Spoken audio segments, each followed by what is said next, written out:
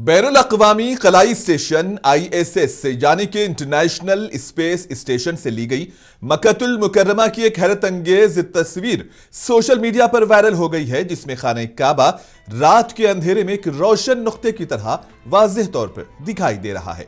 NASA के तजुर्बेकार खलाबाज don patent ने यह तस्वीर अपने हालिया मिशन के दौरान खींची और वापसी के बाद सोशल मीडिया प्लेटफॉर्म पर शेयर कर दी है। और खलाबाज ने तस्वीर के साथ लिखा कि यह तस्वीर तकरीबन 400 किलोमीटर की बुलंदी से खींची गई है, जहां से ISS जमीन का चक्कर लगा रहा होता है। शहर की रोशनियों के दरमियान मस्जिदुल हराम का रोशन सहन और खाने काबा नुमाया होकर नजर आते हैं, जो इस तस्वीर को रूहानियत और साइंस का हसीन इम्तिजाज बनाते हैं। माहिरीन के मुताबिक जदीद हसास कैमरों की मदद से जमीन की रात के वक्त की रोशनियां खला से वाज़ेह तौर पर नजर आती हैं।